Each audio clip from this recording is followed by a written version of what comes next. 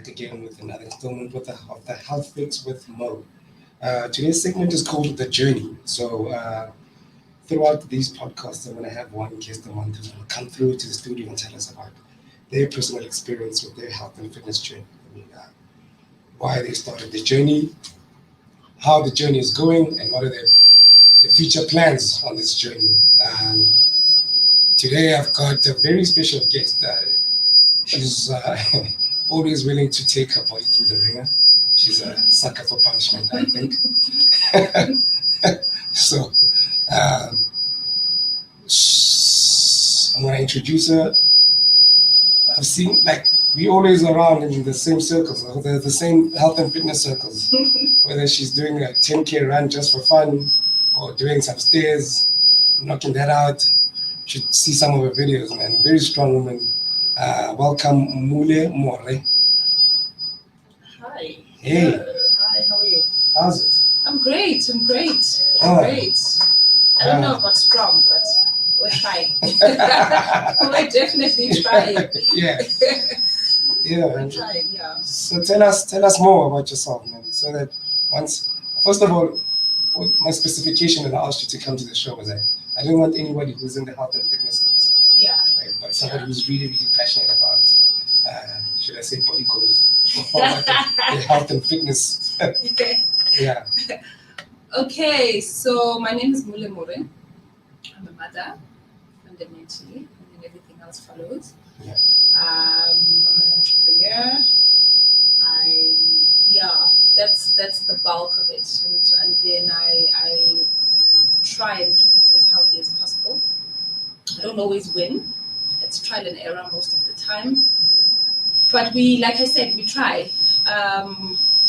So this fitness thing, I started primarily to gain weight, believe it or not. And I know a lot of people think it's easy to gain weight, but if you do it the healthy way, it's not. So I probably started about 12 years ago. I had no idea what I was doing. And I don't think you will relate to this, but there is so much fear in starting gym. You are intimidated by the big guys, the moles of this world, who are there lifting heavy, doing all sorts of things, and you just don't know where to start. I was one of those 12 years ago. So I started primarily with spinning. So I used to spin Monday to Saturday. But remember, my goal was to gain weight. So the opposite happened. So just cardio.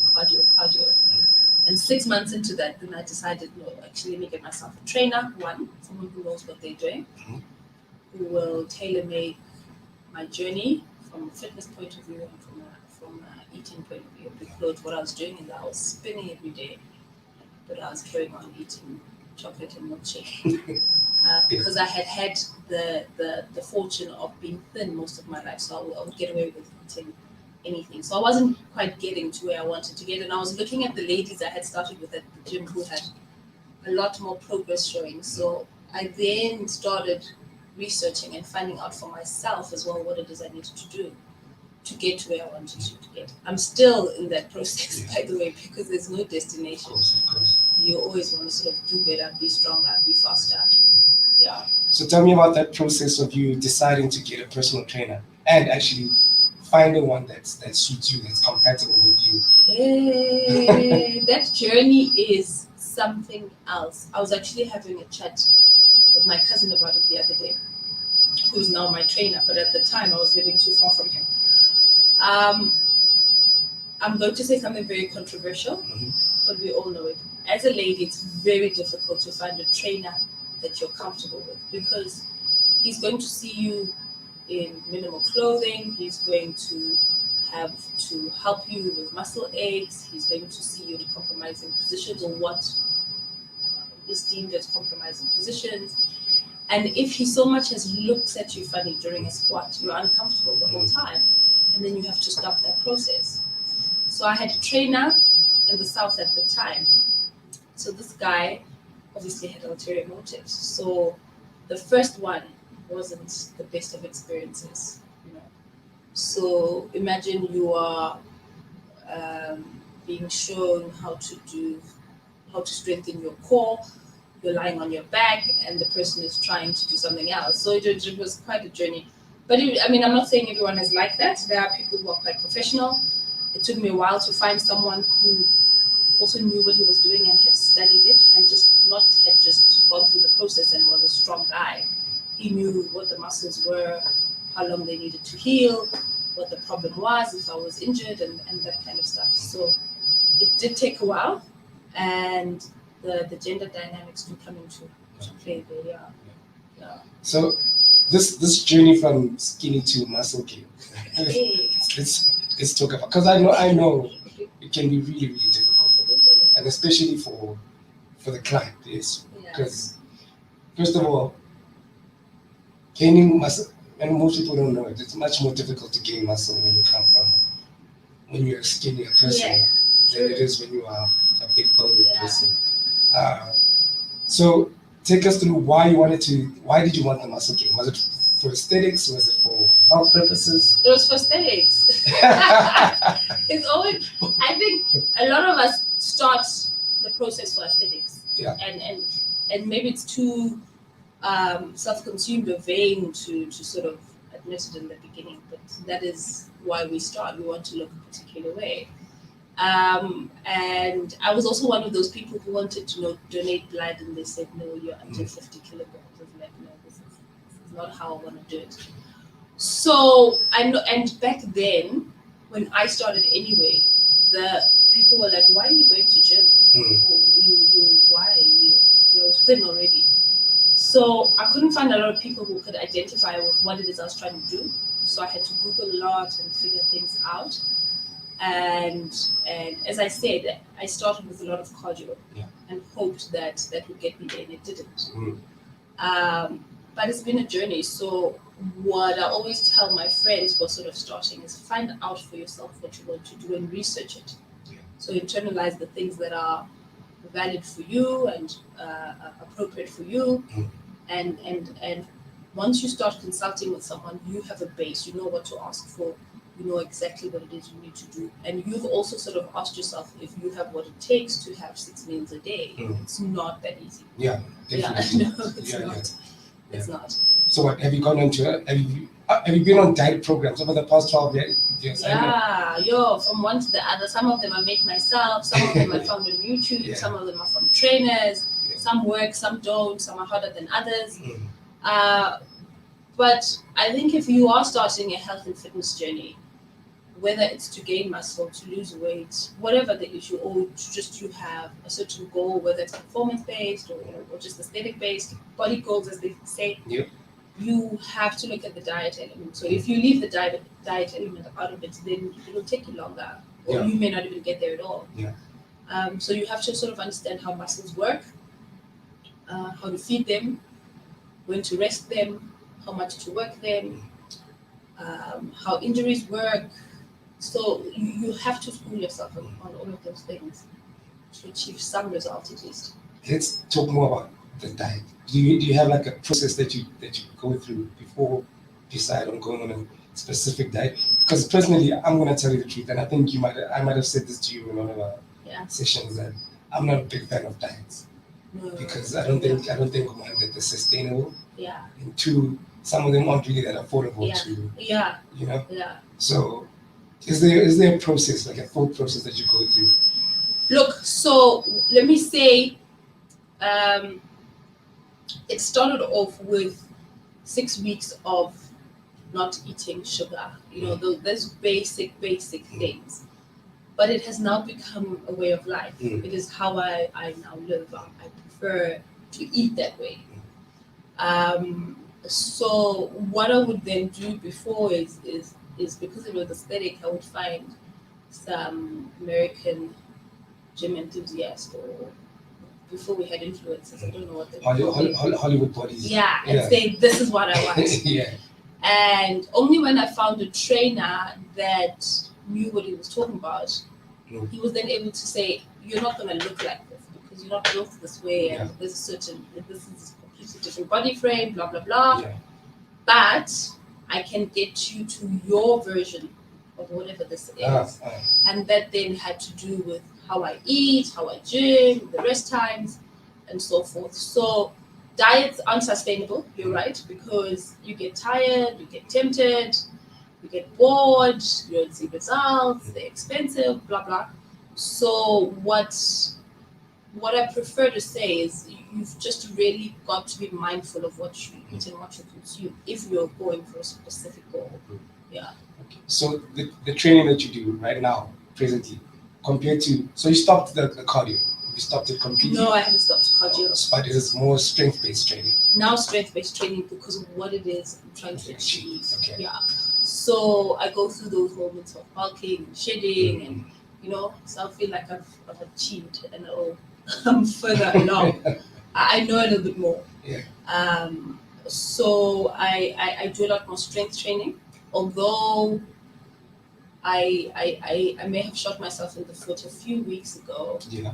I get bored with the same regimen of training. Oh, yeah. Then if okay, I can do this now.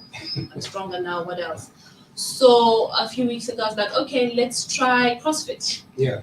Yeah.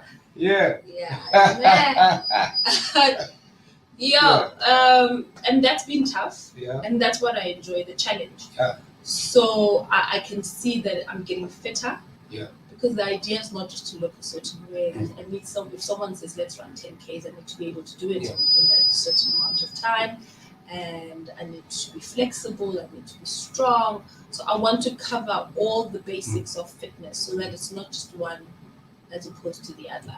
So you basically moved away from it only being aesthetic, and it's now for general functionality or performance and health. Performance-based. So I find that once you get immersed into it, the frivolous goals sort of fall away.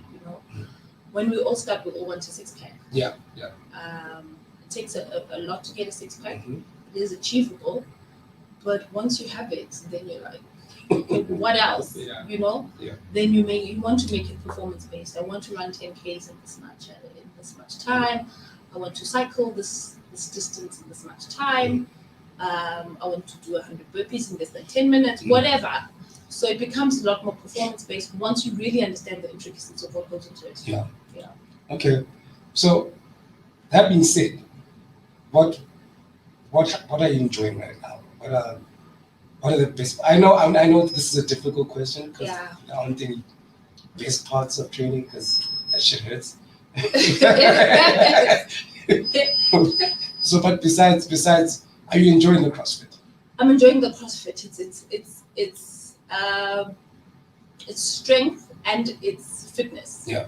So I'm finding that because I had spent time focusing on strength, I was losing the momentum on actually the fit stuff of how many burpees I can do and how long and all of that stuff.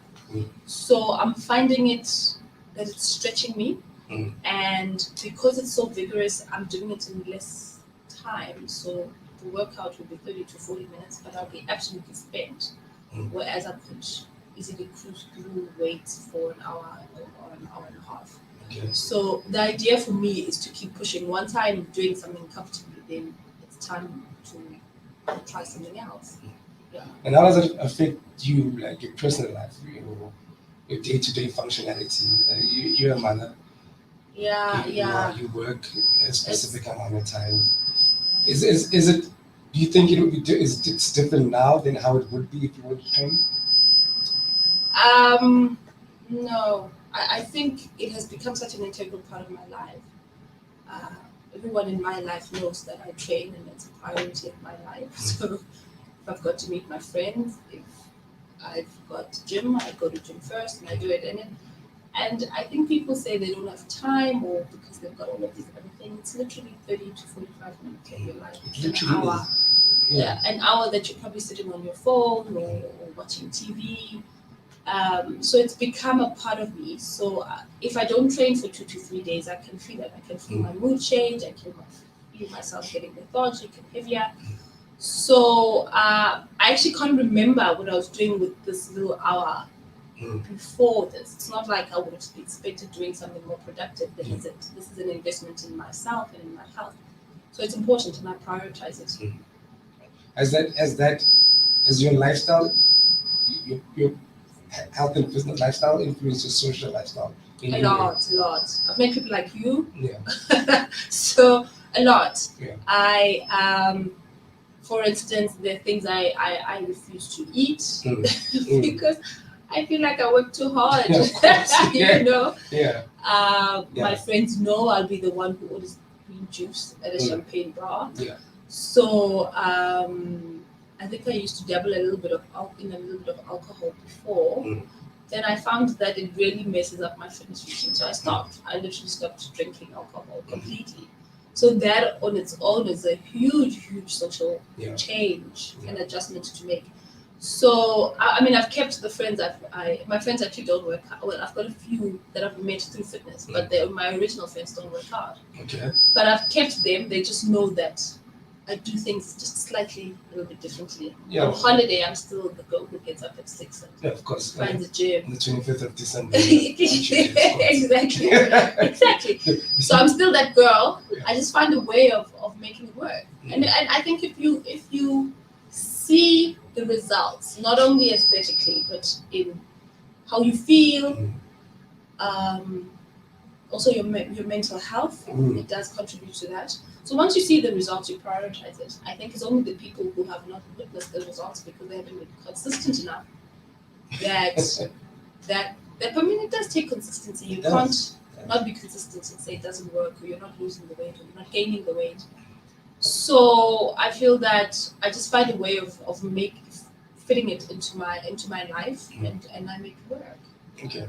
So tell me about those triggers. What the mind hacks that you have for yourself that keep you consistent? Because yes, it is a difficult journey. And each and every one of us has their own personal, or has to have their own personal mind hack, whether it be an accountability partner, or just setting a time for yourself, a specific time for yourself to go to training. So the one is vain and frivolous. It's body goals. Okay, of course. So I have a certain idea of what I want to look like at a certain age. You know, defy gravity, so they say. Counting That's your and it does work. It does work. Yeah. Trust me. And then that's the first thing. Then secondly, you have to know why you're doing it. Yeah. So if your reasons are a little bit frivolous and you don't dig deep within yourself, then you're not going to be able to get up on the mornings that are particularly difficult. You'll stay away from it if you're on holiday. Yeah. You'll make excuses around it. So for me, there is no better investment to make in myself than fitness. Yeah. So I won't be able to work as well as I do, or to the level that I do if I'm not healthy. I won't be able to be a great mom, or as great a mom as I can be. I have a very sporty son. He plays soccer, so I can. He can easily say, "Let's go 5Ks." Yeah. Quickly. Okay, he'll get it done in 25, 23 minutes. I'll get it done in 30. But I'm keeping up. You know. So that also helps. And when it comes to the eating, it's don't keep food around you that will deter you from your goal, but also don't punish yourself. If it's time to have a burger. But it's a balance. So you do more of the good stuff than the bad stuff, and you'll see what it is you're trying to do. Guilty pleasures? I have a sweet tooth. Okay. Which took me years to let go of. So it also sort of helps you meet yourself. I grew up in a home where if we were happy, we were given sweets. If you cried, you were given sweets. Yes. That kind of thing. So that is my thing. You're a bride with sweets. You were a bride with sweets. So that's what I would do through my adult life. I would have sweets in my bag. I would always have something lovely to eat in my bag. And you have to sort of meet yourself and say, why this is keeping me from my goal? What is the problem? Why am I using sweets in this way? Yeah. This is how I grew up. How do I break it? So there's also a psychological element to it where you meet yourself and you have to figure out how you can make yourself better and what it is you can still do. So I those woolly sweets, those soft sweets. That's still my thing. So on a day where I feel I deserve it, I do it. Mm. But if I feel I don't deserve it, Mm. I don't do it. And I base that on the goals that I set. Whether it be calories, whether it be how many times I go to the gym, whether it be how much time I spend at the gym. But I know what my goal is, so I personalize it. Mm. Yeah. And the thing about our accountability partners is that some of them fall by the wayside, and if they do, you do too. Yeah. So you gotta individualize it. It's nice to have someone there to walk the journey with you, but if they fall off, then you're out too. So let me tell you something. Yeah. Right. I've also got a sweet tooth. Yeah. Which I'm still trying to. Yeah. Also, I'm human, guys. And it's a lifelong thing, yo. So I was doing groceries the other day, and I walked. So I'm that guy who just wants to ignore it. Yeah. The grocery aisle, I just want to walk past it like it's invisible. Like Pick and Pay doesn't have that shit. As soon as I see sweets, I'm just like, oh. Does it work though? Does that work for you? It worked until last week. Okay. And then what happened? And then I fell by the wayside, So I saw this young kid walking by, and she was having bawa, which is my favorite chocolate, right? And then I walked past the aisle, but then I could taste like the bawa in my mouth, and I was like, no, Get it. I need to get this. But then now, how I've done it now, how it works for me is like I've used sweets to encourage you to train. Okay. So I'll have a power and say before I do my cardio. Okay, not after, before. Yeah. To work off the Exactly. power. Okay. So I'll be listening. Oh, shit, I had a power. Yeah, let me do that. Now I have to train. Oh my god. Yeah. So Okay. yeah. So that's my and also I do dabble in a bit of bev once in a while. And sometimes it does get rough because I think the fitter you get, the quicker it kicks in. You're just like, chance. Yes. I'm out. I've been told. I've actually seen it. Yeah. So my tolerance has been from the guy I was in varsity to now. Yeah. It's just. And it looks straight, right? Like this big muscular guy having 2 glasses of wine and like tossing up. Because you'd think I'd be able to tolerate it more than anyone. Yes. Oh no. No, I'm just a guy just passing out and playing people. Yeah. Like, guys, I need to leave. Otherwise, it's not going to help him. The idea for me is to still be happy. Yeah. I don't want to live a miserable life and be the fittest person. Yeah. So. Because then what's the point? Yeah, what's the point? Yeah. So let me tell you. I want the fittest looking lady. Okay, she looked fit and she seemed fit because I saw her working out at the gym. Yeah. And I was like, yo, let me go ask her. So I gave her the courage and I said, how do you do this? She said, I don't eat out. Like if you invite her out, she brings a little cup of tea. How? Yeah. So I said, eat out. How? She eats at the same time. She's been eating at the same time every day for the past 5 years. So breakfast is at 8 tomorrow. Breakfast will be at 8 and for the rest of your life. She doesn't consume anything else, even water or green tea. Sure. What else did she have? All of these ridiculous. Oh, when it's cheat day, she'll have the egg whole with the yolk. So she really pop a sweet in her mouth, or even have dessert once a year, and she says that is how she lives. And I thought it's not possible that she's happy. Did she look happy? She looked fit.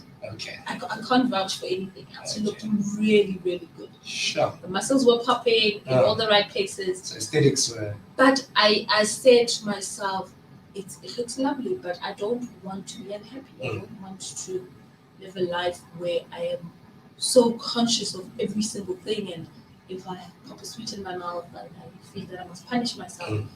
So the idea is to be happy and to achieve a balance that works for you, a personalized sort of balance where you know that I can still be happy and still sort of achieve this thing because Because at the end of the day, it's just, you should work out for health. So yeah, you should be able to say, I'm going into the gym and I'm going to do this for my health and yes, my well-being, And these other little things are also part of your well-being. yeah, That Yeah. little sweet that you have yeah, is a part of your joy. it is, It it But is. as long as you know that you have to work it off.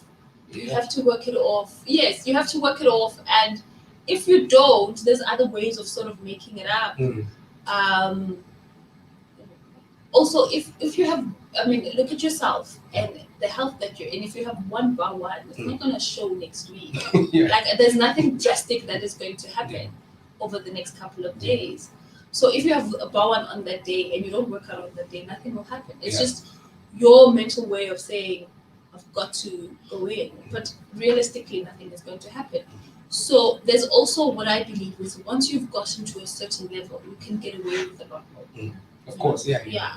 So when you're starting and you feel you're overweight and you need to lose it, having a bar one is not the greatest of ideas. Yeah, No. It's not. But once you're fit and you are sort of have achieved some level of fitness and health, you can get away with having a bar one. You won't die. Nothing drastic will happen.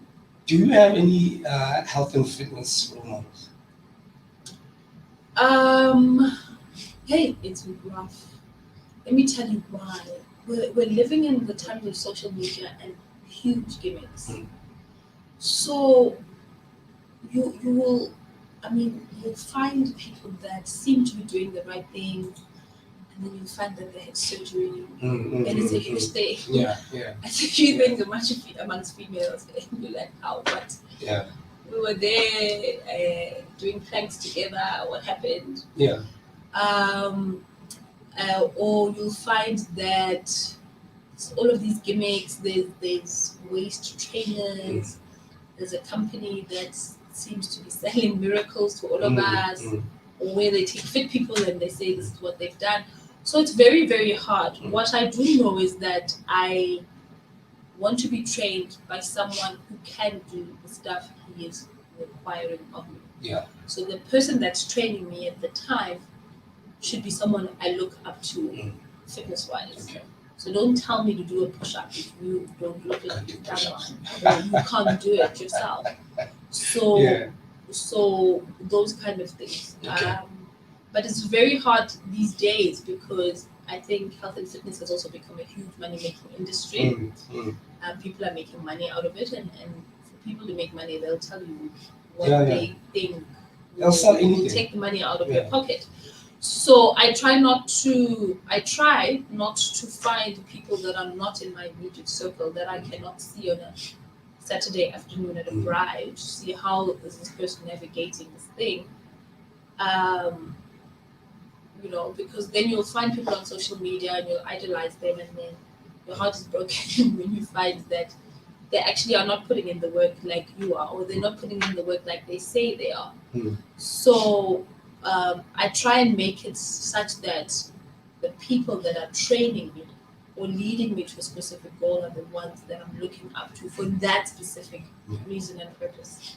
Yeah. Like I always tell people that, which is why I think I would never be on the other side of this chair right now, talking about my journey. Because mine is very, very straightforward. It's very simple. I grew up, my dad is my fitness role model. Okay. So when we grew up, my dad was always that guy running. He'd wake us up at 5 and we were at 8 or 9. And we'd go with him. He'd be running 3 to 5 kilometers. Oh, that is amazing. And then once it transitioned, and then I became an athlete, he was the one who guided me through that whole process to say, listen, dude, this is how we're going to do it. I'm going to find you a coach about this work that we're going to do on our own as well. And he was, up to this day, my dad is in his 60s and he's still looking very, very fit, So he's my health and fitness. Which is great, right? So it made you transition into being an athlete later on. Exactly. So that's awesome. And I really enjoy how it felt. I would say the first time I did it, I was like, shit. What's wrong with this? I don't know why this guy doing this to me. Until I got used to it and I was like, okay, Yeah. Yeah. I mean, Yeah. you know. Yeah. So that's why I'm asking you about your role models, and I get it, and I Yeah. get what you're saying, Yeah. and maybe it's because of how other people consume their social media, Yeah. Yeah. which then influences how they want to do things. Yeah. Because they'll get you with the trends. Mm. They will get you. Mm. They will get. There's a trend every week, Mm. which is coming out. And it's for money. If you look at it, there are people who are training because they enjoy it. Those are lovely to look at. But there are people who are putting out content because it brings them money. Those are the ones you should question. So my story is a little different. I'll say probably 10% of my family is very active. Okay. Only 10%. Okay. So we're inclined to be a bit on the overweight side. So which is another pushing factor for me. It's like I'm not going there, I'm going a different route. So I find that the boys in my family, my cousins, have been sporty, and you can sort of touch base with them about certain things, and they'll tell you how to do certain things. I started with one of my cousins. So, but on the female side, there hasn't been. And what you're saying is important to me, because then I can then, when it's time to wake my son up for training, I'm waking up with him. We're going together. You know, and he knows the discipline I have for it. So I'm not going to take excuses from him. So that actually really does help for us who are mothering and having children, is that you've got to sort of model the health lifestyle. Especially if you see that they enjoy it. Yeah. You know, it's difficult for others than it is for you. Or this is difficult for some than it is for others. You know, it's a great thing that your son is already on this journey. And he seems to be enjoying it, to becoming an elite athlete. He's enjoying it now. Well, of course, because now, because when you start, you're like, you're thinking hard, I'm tired all the time, my body's sore, blah blah blah. So it's also quite interesting that I've had a lot of these injuries of torn ligaments. So when he's going through his injuries, I sort of have an idea how long what takes. I know what a second degree ligament tear is, because I've had my own journey through all of those things. So I find it interesting is that another thing is that it has become very difficult for people to come back to training, because you won't train every 5 days a week, every day for 10 years. You'll have flu, you'll have an injury, you will be away, something will happen. So it's that bouncing back after that is extremely, extremely difficult. So it also goes back to why are you doing it? How far do you want to go? How far had you gone before the injury, and all of that. So I'm particularly enjoying it.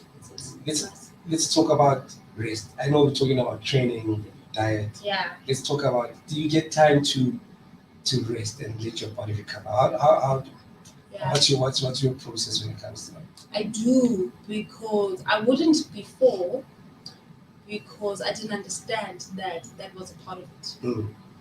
That the muscles form as you're resting, not as you're working out.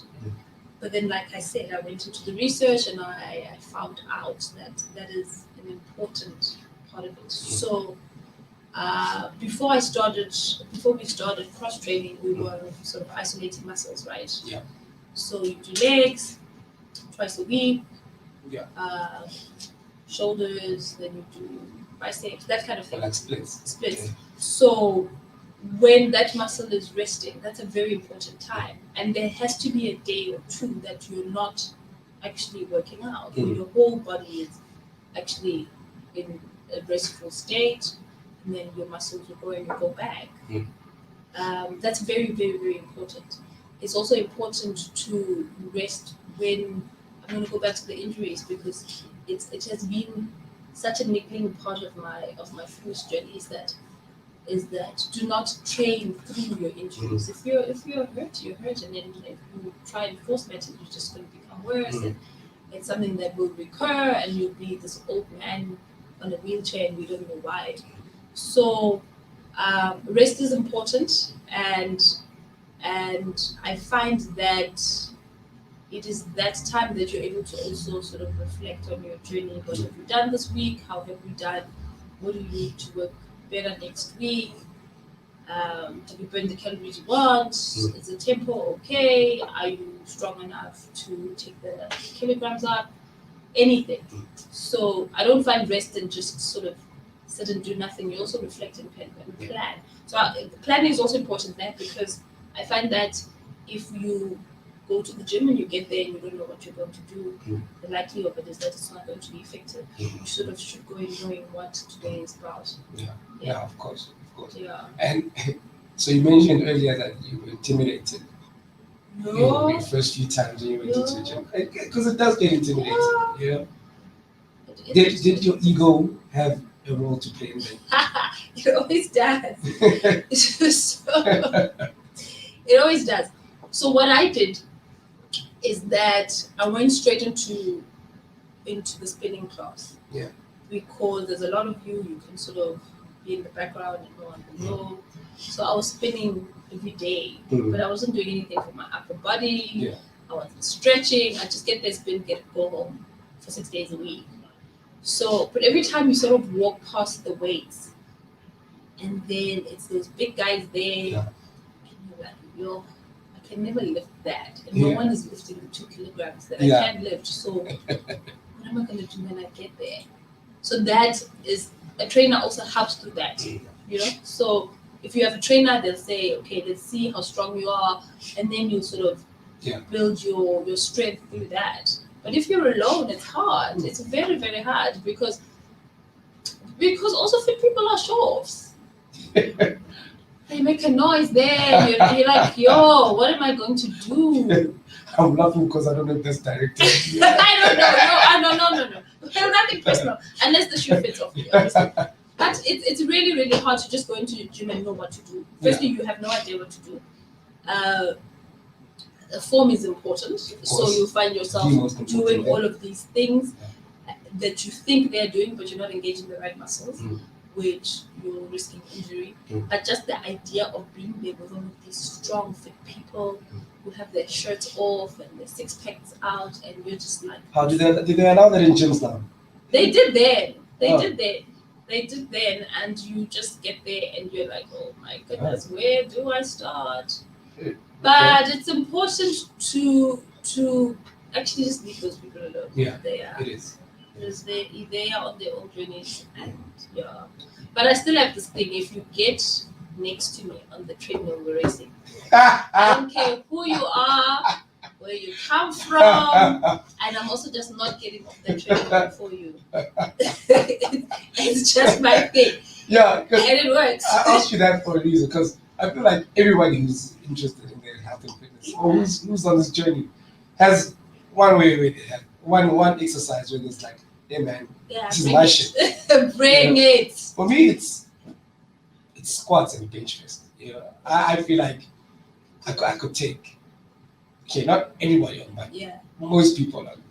Champion Olympics. Yeah, let's do it. Yeah. But because I enjoy it.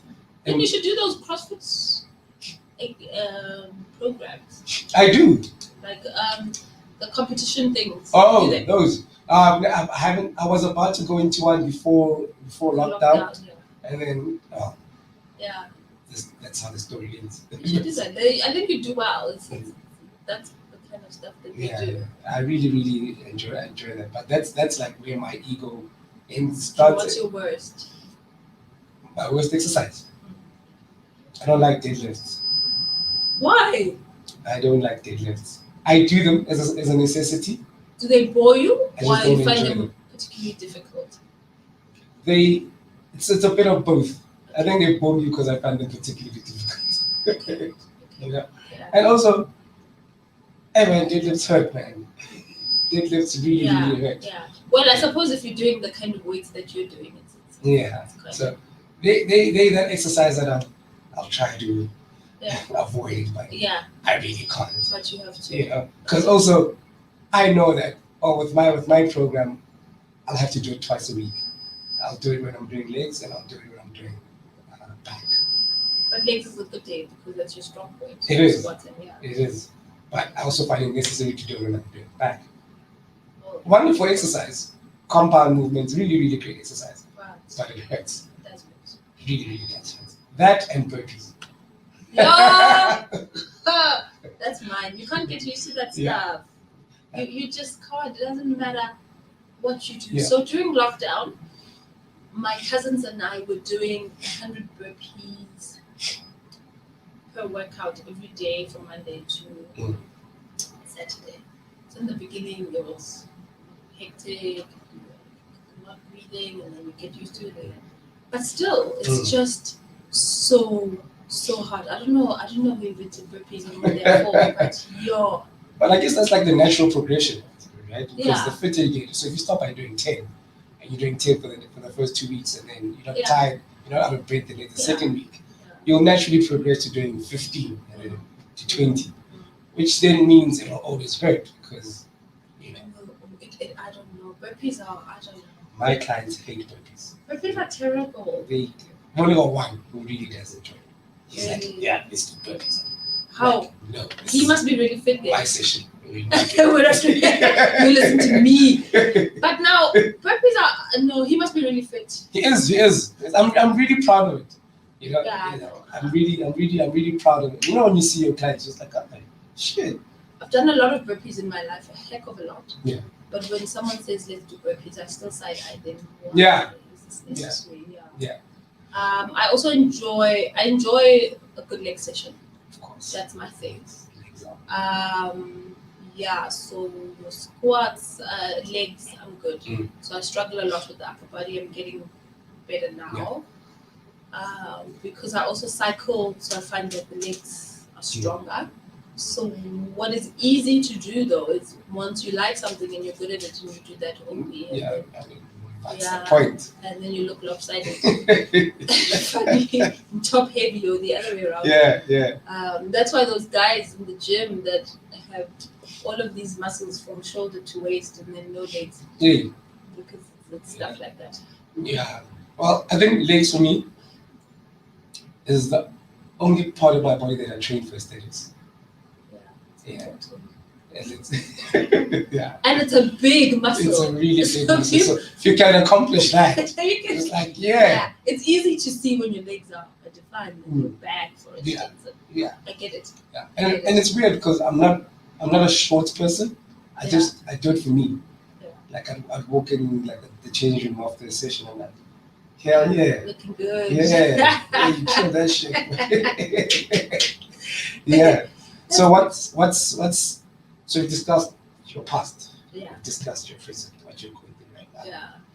What's in store for you and your body and your health goals for the future? So I have matured enough, I hope, to stop having aesthetic goals. So I want to be more performance based now. Okay. Which then the aesthetics follow, right? Yeah. So if you're working hard on a certain performance, so naturally. So I was doing it the other way for a long time. So I'm healing from a knee injury. Okay. So I'm sort of trying to get back into cycling. I had stopped it. And because it's something I'm not, but when I got on a bike a few years ago, probably 3 or 4, I didn't know how to ride it. I wasn't riding a bike as a child. So I learned and I'm doing much better now, mountain biking. So what my performance goal right now is to be able to ride 100 kilometers and not die. Of course. And by die, you know what I mean, not walk funny and all of those things for my muscles to get used to it. So that is my next goal, and I've just sort of healed from this knee injury, so I'm back on the saddle.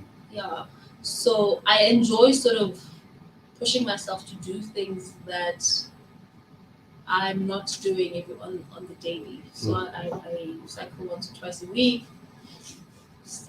Before the injury, I had gotten to about 50 kilometers without too much hassle, so I'm pushing myself in that way.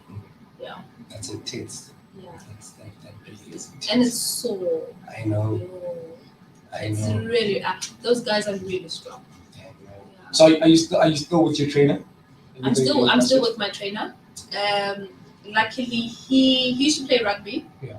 So he studied the stuff. So he actually knows what he's doing. Mm-hmm. I think I stress him out a lot because I often move the goalposts. Mm. Like, okay, we're here on board, let's do this. Okay, and I used to like find pictures of people and say, I want to look like this Yeah. by July. Yeah. Be like, okay, so what we're doing now is this is how you're eating. So he understands the holistic thing, and he's able to say when I'm feeling certain pains, is it this kind of pain? No, you're injured. This is what you need to do. Go see this person. So I think he's actually my cousin. So we spend a lot of time together. I've been with him probably 5 years or more. I'm not sure. Just 4 years or more in terms of the training. He's clearly doing a good job. Yeah, but I've watched him achieve his goals. So it's a good thing. And I see the balance in how he lives his life and how strong he pushes in the gym. And I'm like, okay, actually, I don't have to kill myself. And he enjoys a class of gym. Yeah. Every Friday, and I see it right after we work out. So I'm like, okay, so actually, this is not so bad. Yeah. Okay. I enjoy him. Yeah. Do you listen to music when you work out? Yeah, but I've come to not need it. Oh, okay. I used to be those people. If I don't have my earphones, I don't go inside the gym. Okay. But I've come to not need it.